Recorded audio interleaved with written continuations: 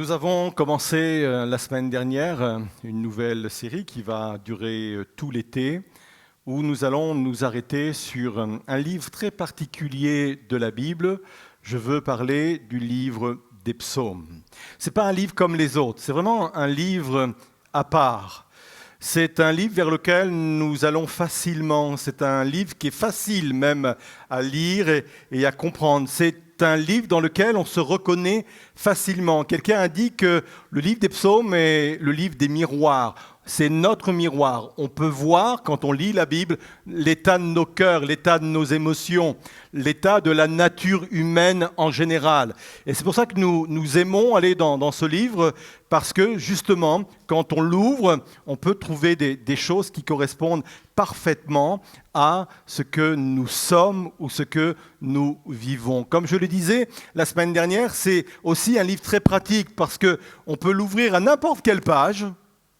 On peut lire simplement quelques phrases, refermer le livre et avoir tout de même sa nourriture, puisque ce n'est pas un livre qui est suivi. Ce n'est pas une histoire qui commence au premier chapitre et qui termine au 150e chapitre. Non, c'est des bouts d'histoire, des bouts de manifestations, d'expressions humaines que David et d'autres, parce qu'il n'est pas le seul, ont écrit pour en faire des poèmes, pour en faire des chants, parce qu'à la base, c'était cela aussi. Et c'est très nourrissant de pouvoir se plonger régulièrement dans ce livre. C'est le livre le plus étudié, le plus chanté et le plus prié dans le monde du christianisme et dans le monde du judaïsme également. Et on veut mettre vraiment ce livre à part. Bien sûr, tout le reste de la Bible est important. Toute la Bible est inspirée, mais ce livre des psaumes est un livre particulier. Comme cela s'affiche devant vous, on va s'arrêter ce matin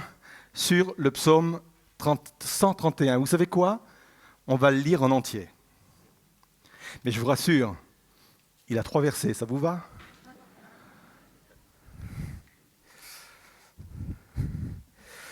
Donc, psaume 131, verset 1er, cantique des degrés ou des montées selon les traductions. Ça veut dire qu'on chantait ce cantique quand on montait à Jérusalem, quand on montait pour adorer, pour louer Dieu dans le temple, écrit donc par David. Éternel, je n'ai ni un cœur qui s'enfle, ni des regards hautains. Je ne m'occupe pas de choses trop grandes et trop élevées pour moi. Loin de là, j'ai l'âme calme et tranquille, comme un enfant sevré qui est auprès de sa mère. J'ai l'âme comme un enfant sevré. D'où l'exhortation de David, Israël, mais il se le dit aussi à lui-même, Israël, mets ton espoir, mets ta confiance en l'Éternel, dès maintenant et à jamais. Amen. Je suis tranquille. Non pas parce que je suis en vacances, et ce n'est pas encore le cas, mais c'est le titre du message de ce matin, « Je suis tranquille ». Charles Spurgeon, qui était un prédicateur du XIXe siècle, a dit ceci, c'est sans doute le chapitre le plus court des psaumes, mais c'est celui qui est le plus long à apprendre. Pas apprendre les mots pour pouvoir les réciter, mais apprendre les principes qu'il y a à l'intérieur, les vérités qui sont à l'intérieur. C'est compliqué de pouvoir, comme David, dire « Je suis serein ». No stress, pas d'inquiétude, pas d'anxiété. Je suis comme le bébé qui est près de sa mère, tranquille, j'ai aucun souci. Oui, je peux réciter par cœur ce chapitre, tellement il est simple, mais qu'est-ce que c'est compliqué à mettre en pratique, à apprendre. Ce chapitre, effectivement, parle d'un thème que nous trouvons régulièrement dans le livre des psaumes, puisqu'on va parler d'anxiété. Y a-t-il des personnes anxieuses dans ce lieu? Les sociologues disent que la génération Z, c'est la génération la plus stressée de l'histoire récente. La génération Z, c'est celle qui est née entre 1995 et 2010. Alors il y en a qui disent, ouf, Je suis né en 94. C'est pas étanche, hein? Mais ça correspond bien à une période de vie très particulière. Mais d'une façon générale, l'anxiété, ça touche tout le monde. Ça me touche, personnellement, ça vous touche. Le problème, ce n'est pas d'être anxieux. Le problème, c'est de demeurer dans l'anxiété. C'est quand l'anxiété vient prendre une place trop importante dans ma vie, dans mon cœur, quand je ne pense plus qu'à cela, quand je ne respire que cela. Là, ça devient un problème. Nous vivons dans une société de plus en plus anxiogène. Et je lisais dernièrement une étude très intéressante qui vient des États-Unis. Oui, il y a des bonnes choses qui viennent quand même des États-Unis. Et c'était intéressant parce que cette étude faisait un rapport entre cette société qui devient de plus en plus anxiogène et l'arrivée des journaux ou des journaux télévisés qui viennent en continu. Vous savez, 24 heures sur 24. Et c'est marrant, dans cette étude, ils disent, c'est bizarre, la société est devenue de plus en plus anxieuse quand il y a eu là, ces infos continues 24 heures sur 24 sur la télé. S'informer, c'est bien. Hein. Je m'informe, j'aime lire les nouvelles le matin quand je me lève, de ce qui se passe dans le pays, etc. Mais c'est comme l'abus d'alcool. Il faut le faire avec modération. Et peut-être que là, on a une première piste. Hein. Parfois, il faut savoir éteindre aussi les infos pour... Ce n'est pas trop le propos de ma méditation de ce matin, mais je voulais le mettre tout de même en préambule, parce que parfois, il y a des choses de bon sens comme cela à mettre en pratique. Donc, on va répondre à cette question. Comment gérer mon anxiété? Comment garder mon cœur calme et serein? Et à cela, j'ai 4 réponses. La première réponse est la suivante. Ne pas chercher les raisons de son anxiété à l'extérieur de soi, mais à l'intérieur. Ce n'est pas en essayant d'éliminer toutes les causes de stress à l'extérieur de nous que nous allons traiter le problème. Les événements de la vie, d'une façon générale, génèrent du stress. Vivre, c'est stressant. On peut être soucieux pour nos études, on peut être soucieux pour le mariage, soucieux concernant nos enfants, soucieux, on pense qu'on a fini quand nos enfants sont grands, mais soucieux quand on a des petits-enfants. Bref, la vie entière est faite d'événements qui sont stressants. Donc, ce n'est pas en cherchant à ôter ou chercher les causes de mon anxiété dans les éléments extérieurs qui va venir régler cela, mais c'est en les cherchant en nous-mêmes. David, qui est l'auteur de ce psaume, l'avait très bien compris. Et je pense que vous le savez, David avait un métier anxiogène. Il était roi. Aujourd'hui, je me demande pourquoi on est déjà dans la pré-campagne d'élection. Je ne sais pas pourquoi ils veulent tous être président de la République, quoi. Moi, c'est pas un métier, c'est pas un job qui m'attire, parce qu'avec le job, il y a beaucoup de problèmes, il y a beaucoup de difficultés. Et David était dans ce climat-là, il gouvernait un royaume. Et il y avait beaucoup de sujets d'inquiétude. Et en plus, il avait de nombreux ennemis. Sans cesse, on a voulu le tuer, David. Ça commençait avec Saül. Après, les Philistins, ses propres enfants, quelques-uns de ses enfants voulaient aussi le tuer.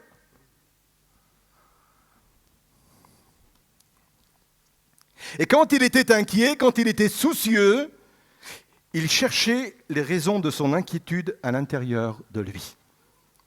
Psaume 139, verset 23, j'ai choisi la version Sommer, dit ceci, et on connaît cette prière. « Sonde-moi, ô Dieu, pénètre mon cœur, examine-moi et pénètre les pensées qui me bouleversent. » Littéralement, les pensées alarmantes. Une autre version anglophone dit « les pensées anxieuses ». Quand il était face à un problème qui était pour lui un sujet d'inquiétude et qui sentait qu'au fond de lui-même, ça remuait, il sentait au fond de lui-même que ça commençait à bouleverser ses émotions, qu'il avait en lui des sentiments anxieux. Il disait à Dieu, je ne vais pas chercher la cause de cette anxiété à l'extérieur, dans les événements que je vis, mais je veux les chercher au-dedans de moi. Sonde-moi, ô Dieu. Montre-moi ce qui me met mal à l'aise, ce qui me bouleverse à l'intérieur, ce qui vient me chercher à l'intérieur, ce qui vient me créer de l'inquiétude. Et là, on a une première piste. Je ne sais pas dans quelle situation vous êtes, je ne sais pas quel métier vous faites. Peut-être que vous faites un métier hyper stressant, peut-être que le contexte dans lequel vous vous trouvez est hyper stressant, et peut-être que vous cherchez à gérer les choses de l'extérieur pour calmer ce stress. Ce stress, il se gère d'abord à l'intérieur de vous. Sonde-moi, ô Dieu. Dis-moi, regarde-moi, et montre-moi les causes, l'origine de ces pensées anxieuses. Ça, c'est la première réponse. Deuxième réponse, avoir un cœur arrogant. On va remettre le verset premier devant soi et dans ce premier verset, il y a les trois futures réponses. Tout d'abord, il dit « Je n'ai pas un cœur qui s'enfle ». Littéralement, je n'ai pas un cœur arrogant. C'est quoi l'arrogance dans la Bible et plus précisément dans le contexte de ce passage? L'arrogance dans la Bible, c'est refuser la place que Dieu nous attribue dans sa création. C'est refuser son statut de créature. C'est ça l'arrogance, c'est vouloir se mettre à la place de Dieu. L'arrogance est jugée par rapport à Dieu. Je refuse de me considérer comme une créature. Je veux prendre la place de Dieu. Je veux pouvoir tout gérer. Je veux pouvoir tout contrôler. Je veux pouvoir tout comprendre. Je veux avoir assez de connaissances pour comprendre l'avenir et le gérer. Il y a quelque chose de très intéressant par rapport à cela, c'est que les rabbins disent que toute peur est une peur de la mort. Même s'il faut aller chercher loin, l'origine de toute peur est la peur de la mort. Par exemple, pour ceux qui ont peur d'être ou de prendre l'avion, c'est quoi l'origine de cette peur-là? C'est que ça scratch, non? Et qu'on se retrouve en bas, et qu'on meurt. Ceux qui ont la peur du vide, c'est pareil. Ceux qui ont la peur de la maladie, la peur de tomber malade, c'est pas simplement tomber malade, c'est qu'après la maladie, au fond de soi-même, il peut y avoir la peur de la mort. Même le fait de manquer d'argent. Ce n'est pas le même type de mort, mais la mort sociale est une peur de la mort. Et je trouvais très intéressant la façon dont les rabbins abordent cette question de la peur. Ils disent c'est toujours une question de mort. L'origine est toujours la peur de la mort. Et pourquoi c'est intéressant? Parce que quelle est l'origine de la mort? C'est la chute de l'homme. C'est de là que c'est parti. C'est parti du jardin d'Éden. Et qu'est-ce qui a motivé cette mort? C'est le désir de comprendre les choses. C'est le désir de maîtriser les choses. Ils ont mangé de quel arbre? Ils ont mangé de l'arbre de la connaissance du bien et du mal. À ce moment-là, ils ont refusé leur statut de créature. Et ils se sont dit, moi aussi, d'ailleurs, l'adversaire de nos âmes, Satan, leur a proposé ce programme. Vous serez comme Dieu, vous serez comme des dieux, la connaissance de toutes choses, pour pouvoir imaginer, pour pouvoir contrôler, organiser toutes choses, l'avenir. Et c'est rassurant de pouvoir, ou d'avoir l'impression de maîtriser les choses. Vous êtes toujours là? Or, David dit, moi je ne suis pas stressé, ou j'arrive à calmer mes moments de stress, parce que je n'ai pas un cœur qui s'enfle. Je n'ai pas un cœur arrogant, je connais ma place. Et quand on reconnaît sa place, quand on reconnaît son statut de créature, il n'y a qu'une chose pour nous dans laquelle on peut se réfugier, c'est la foi. La foi, c'est accepter de croire ce que l'on ne comprend pas. La foi, c'est se dessaisir de soi-même pour remettre sa vie entre les mains de Dieu. Il y a plein de choses que je ne comprends pas, il y a plein de choses que je ne peux pas contrôler, il y a plein de choses que je ne peux pas gérer, mais la foi me permet de me dessaisir de moi-même et mettre ma confiance en Dieu.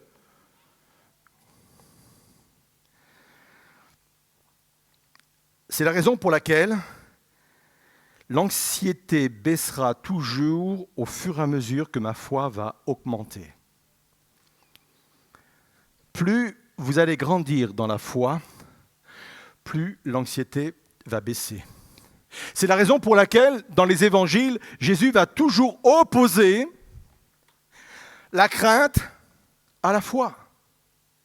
Quand ce père de famille, Jairus, est venu au-devant de Jésus réclamer la bénédiction de Dieu pour son enfant qui était mourant, Jésus va dire ceci: « Ne crains pas, crois seulement ».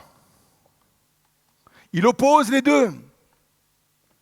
Il va faire la même chose quand les disciples vont se retrouver dans la barque, ils vont avoir peur au milieu de la tempête. Et encore une fois, au travers de ce reproche, pourquoi avez-vous peur, gens de peu de foi? Il oppose les deux choses, l'anxiété, la peur, l'inquiétude et la conséquence d'un manque de foi. Plus je vais grandir dans ma foi, à savoir cette foi qui consiste à dire « je ne comprends pas mais je te fais confiance ». Moi, j'accepte mon statut de créature. Je suis une créature, je l'accepte. Je ne vais pas prendre ta place, je ne vais pas essayer de tout contrôler, je ne vais pas essayer de tout organiser. Ce que je peux organiser, je vais le faire. Ce que je peux contrôler, je vais contrôler. Mais je ne vais pas tout contrôler. Le reste, c'est du domaine de la foi. Et je suis sûr que ce matin, je parle à quelqu'un. Soit dans ce lieu ou sur Internet, je parle à quelqu'un. Reprends ta position de créature. Je n'ai pas un cœur trop arrogant. Je connais ma position. Je connais ma position de créature. D'où l'encouragement final de David qui va dire ceci: Israël, mets ton espoir, mets ta foi, mets ta confiance en l'Éternel dès maintenant et à jamais. Comment gérer mon anxiété? Comment garder un cœur calme et serein en ne cherchant pas les raisons de mon anxiété à l'extérieur de moi, mais à l'intérieur de moi? Deuxièmement, en n'ayant pas un cœur arrogant. Troisièmement, on revient au verset 1er, toujours du chapitre 131. Je n'ai pas un cœur qui s'enfle, ni un regard hautain. Un regard qui regarde trop haut. Et ce n'est pas un plaidoyer contre l'ambition. Dieu n'a jamais mis un frein à nos ambitions. Un jour, à un moment donné, quand ils ont séparé le territoire d'Israël, le territoire de Canaan que Dieu avait donné au peuple hébreu, Josué fait la part, fait le partage entre chacune des tribus. Et il y a une tribu qui s'approche de Josué en disant « Non, ça ne va pas, c'est la tribu de Joseph ». Et elle dit « Non, on n'a pas assez. Tu as vu le territoire que tu nous as donné par rapport au peuple que l'on est? Nous, on est ambitieux, on veut plus grand, on a des projets, on veut construire des maisons, on veut déblayer des terrains pour faire de l'agriculture. Nous, on a de l'ambition. » Et Josué n'a pas dit de la part de Dieu, non, il faut vous contenter de ce que vous avez. Il va dire, ok, vous allez relever les manches, et il y a d'autres territoires à conquérir. Et la Bible ne sera jamais un plaidoyer contre l'ambition, jamais. Alors qu'est-ce que ça veut dire, ce que venons de lire? Avoir un regard trop haut. Dans le contexte de ce passage, c'est avoir un regard qui ne se satisfait jamais. L'insatisfaction chronique, engendrée par une époque de grande consommation, nous incitant à vouloir plus et vivre mieux, est un facteur de grand stress. Je me serais attendu à un amen, ou au moins du bout des lèvres.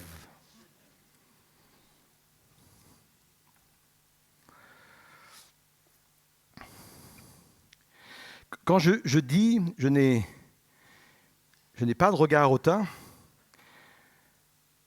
David dit je veux d'abord apprécier ce que j'ai avant de rechercher ce que je n'ai pas. Et là, il y a une clé contre l'anxiété, contre le fait d'être soucieux. C'est d'accepter ce que j'ai, c'est d'être reconnaissant pour ce que j'ai avant de vouloir autre chose. C'est ça d'avoir un regard hautain. C'est un regard qui n'a pas de limite. C'est un regard qui ne sait pas se satisfaire. D'ailleurs, dans le mot hautain, le sens littéral, c'est prélever. Un regard qui ne cesse de prélever sans cesse. Je prélève encore plus, encore et encore. Encore parce que mon voisin a plus, encore parce que mon frère a plus, encore. Je sais que nous, on a un problème en France qui est beaucoup plus grave et important que dans d'autres pays. Nous sommes un pays d'insatisfaits. Il y a au moins une personne qui est d'accord avec moi. Vous savez, c'est très intéressant de comprendre cela. Pourquoi ? Parce que je crois qu'il y a des personnalités, des identités qui sont reliées à des pays. Regardez dans la parole de Dieu. Dieu va s'adresser à des villes, Dieu va s'adresser à des pays comme il s'adresse à des personnes. Il va reprocher à certaines villes ou à certains pays son orgueil. C'est leur personnalité, c'est leur identité. À d'autres, leur incrédulité. Vous avez déjà remarqué ça dans la Bible, comment il est capable d'interpeller des pays comme il parle à des personnes.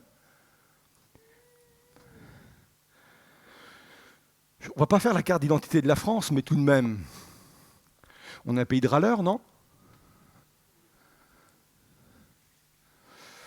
Moi, ça fait 57 ans que je connais ce pays. Je peux vous dire qu'on est un pays de râleurs.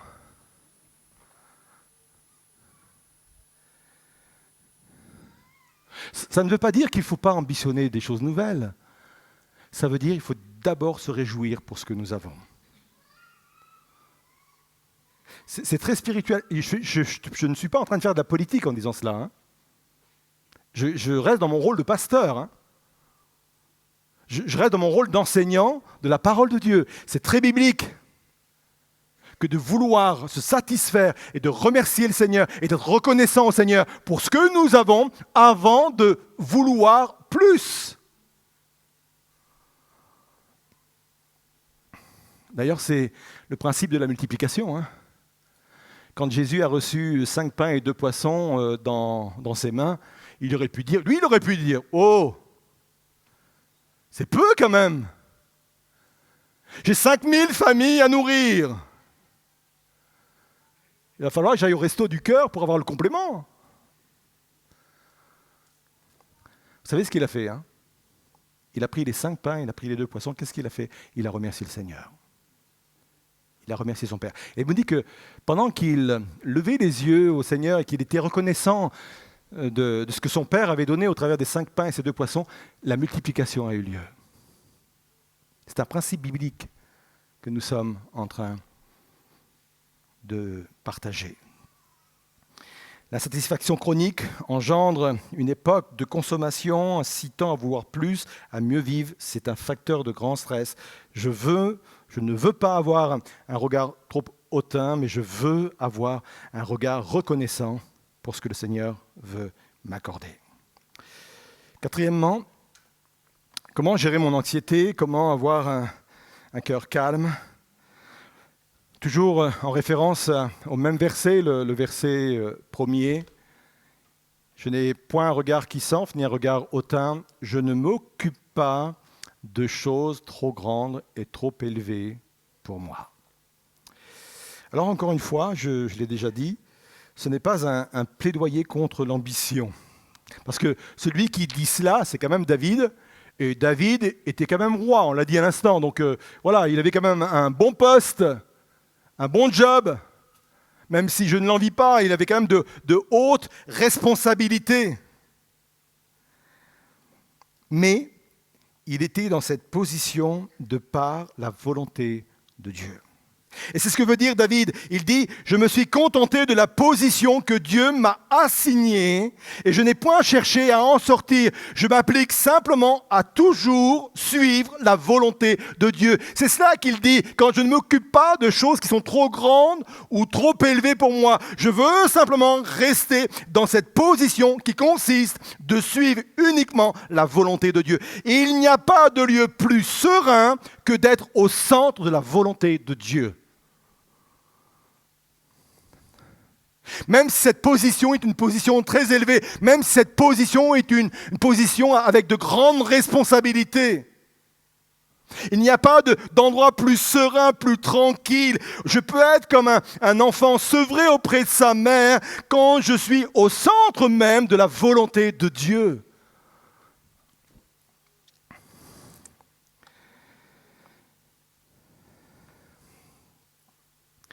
Au centre de la volonté de Dieu, on est assuré de la protection divine. Ah, mais d'une façon extraordinaire.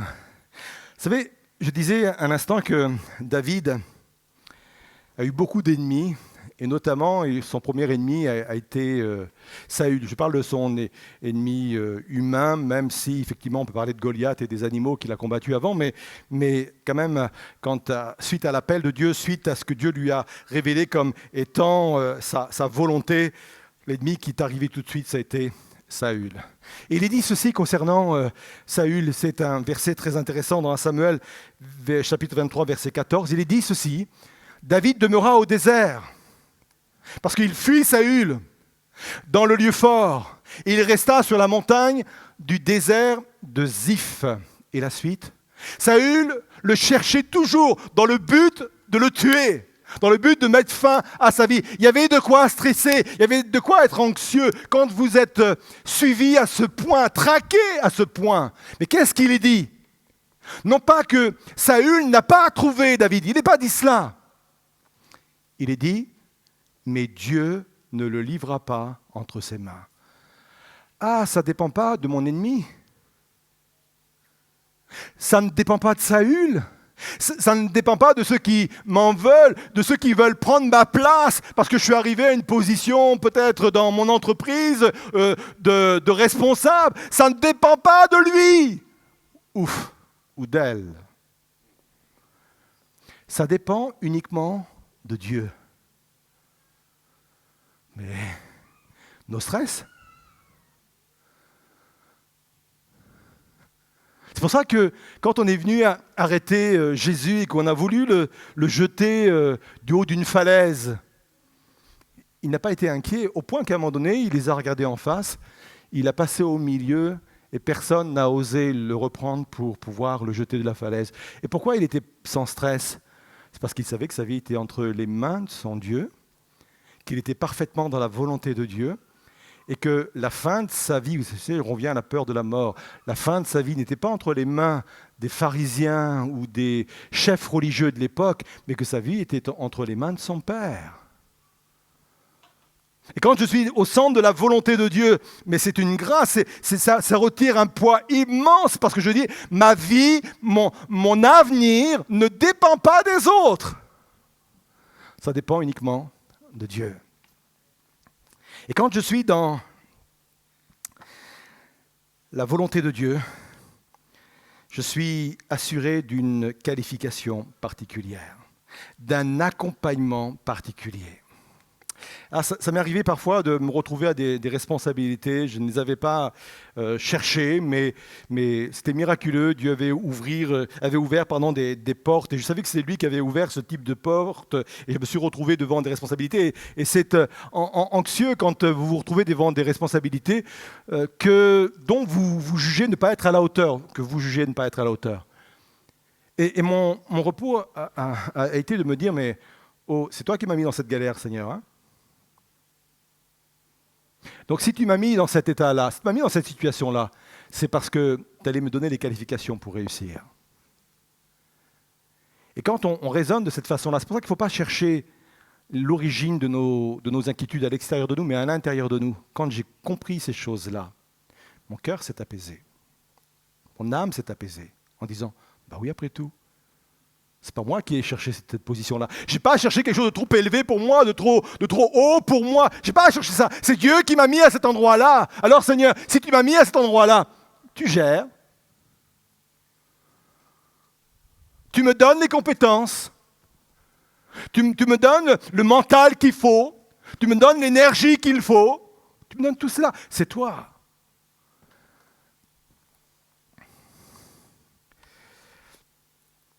Je vais conclure.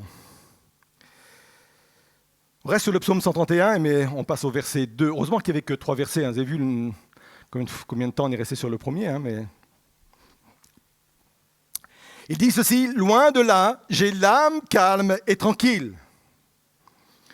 Comme un enfant sevré qui est auprès de sa mère, j'ai l'âme comme un enfant sevré. » Une autre version dit « J'ai imposé le calme et la tranquillité à mon âme. » Et en hébreu, le mot « imposer le calme » signifie niveler, égaliser, comme on égalise un terrain.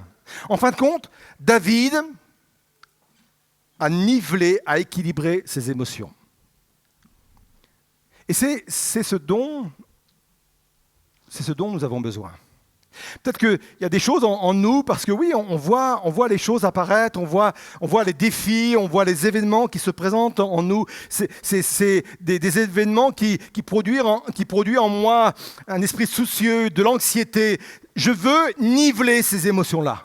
Au travers de la parole que je viens de comprendre, je veux niveler. D'abord, je veux croire, je comprends maintenant que ce n'est pas en cherchant à l'extérieur, mais c'est en cherchant en moi les causes de cette anxiété que je vais réussir. Seigneur, viens me chercher ce matin. Dans mes craintes, viens me chercher. Dans mon bouleversement intérieur, viens me chercher. Dans mes angoisses, viens me chercher, Seigneur. Et montre-moi à l'origine. Parfois, j'ai compris certaines origines de mes craintes. Parfois, c'était d'ordre spirituel uniquement. Mais au moins, Dieu me l'a révélé. Viens me chercher, montre-moi, Seigneur Jésus. Parfois, c'est pas avoir ce regard arrogant et de se dire « Wow !» Je ne vais pas essayer de tout contrôler, je ne vais pas essayer d'avoir toute la connaissance nécessaire pour pouvoir maîtriser les choses. Je garde ma place de créature, je suis créature. Je ne veux pas prendre la place de Dieu, je ne veux pas prendre ta place, Dieu. Et ce que je n'arrive pas à comprendre, ce que je n'arrive pas à gérer, je veux le compenser par ma foi. Ma foi qui me permet d'accepter ce que je ne comprends pas, d'accepter et d'être confiant par rapport à ce que je ne vois pas. Je sais que ça parle. Je ne veux pas non plus avoir un regard hautain, un regard qui est sans cesse insatisfait par ce qu'il voit, par ce qu'il a. Je veux déjà être reconnaissant, Seigneur, pour ce que j'ai, pour ce que tu m'as donné. Je veux être reconnaissant, Seigneur Jésus. Je veux vivre cette réalité-là. Et Seigneur, ma démarche ce matin, c'est de faire tout, absolument tout, pour me maintenir au centre de ta volonté, Seigneur Jésus. Je veux rechercher cela. Je voudrais vous inviter à vous lever à votre place. On va rester encore quelques instants ensemble. Peut-être qu'au travers de ce que je viens d'expliquer, il y a besoin de niveler vos émotions. Il y a besoin d'équilibrer maintenant vos émotions. Peut-être qu'il y a des personnes ce matin qui sont entrées dans ce lieu ou qui sont placées devant leur écran avec une âme agitée, avec des inquiétudes, avec une anxiété par rapport à un défi, par rapport à un événement, par rapport à une rencontre, par rapport à un nouveau métier. Viens équilibrer, viens niveler dans la présence de Dieu ces émotions. C'est normal d'avoir un peu d'inquiétude. Ce n'est pas normal que cette inquiétude prenne trop de place. Ce n'est pas normal que cette inquiétude vienne me hanter, m'empêche de dormir, m'empêche d'être lucide, m'empêche de prendre les bonnes décisions. Je veux niveler, Seigneur, ces émotions en moi.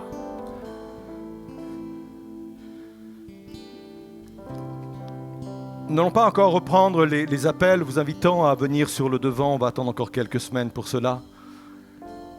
Mais là où vous êtes à votre place, si la parole de Dieu vient vous chercher ce matin, si la parole de Dieu vient toucher une situation précise de votre vie, que ce soit dans ce lieu ou que ce soit sur Internet, faites cette démarche de dire au Seigneur, je veux vivre la réalité de cette tranquillité, Seigneur. Je veux être comme cet enfant qui est près de sa mère et qui n'a aucune inquiétude. Là, à ma place, je vais faire cette démarche devant le Seigneur. Seigneur, viens chercher au fond de moi l'origine de mon anxiété. Je vais prier. Seigneur Jésus, je prie de venir nous chercher, venir nous toucher là où nous sommes, Seigneur Jésus. Tu viens parler directement à nos âmes et tu viens nous chercher au plus profond de nos âmes, Seigneur Jésus. Seigneur, c'est simple de lire ce chapitre, mais c'est tellement compliqué de l'apprendre, Seigneur Jésus. C'est tellement compliqué de non seulement d'entendre les principes, mais de les mettre en application au plus profond de notre âme, au plus profond de notre cœur. Viens apaiser nos âmes ce matin, Seigneur. Viens équilibrer, viens niveler nos émotions, Seigneur Jésus. Viens. Je crois que la paix et la sérénité que tu veux mettre maintenant dans quelques cœurs est d'origine divine, Seigneur, surnaturelle. Viens mettre, Seigneur Jésus. Une paix spéciale pour des événements spéciaux, Seigneur Jésus. Une paix particulière, une sérénité particulière, une sérénité surnaturelle pour des événements particuliers, Seigneur Jésus. Viens faire cette œuvre maintenant par le Saint-Esprit. On va ensemble affirmer cette réalité. J'ai confiance. C'est le chant qui suit. On va le faire comme une proclamation. On va le faire en disant « j'ai confiance ». Et en disant cela, pensez à ce qui vient vous troubler. Pensez à la chose, à l'événement, à la personne, à la situation qui vient vous troubler. Et dites « j'ai confiance ». Je suis caché en toi, je suis caché au sein de ta volonté, au sein de ton vouloir. Je suis la créature qui se réfugie dans son Créateur. Amen.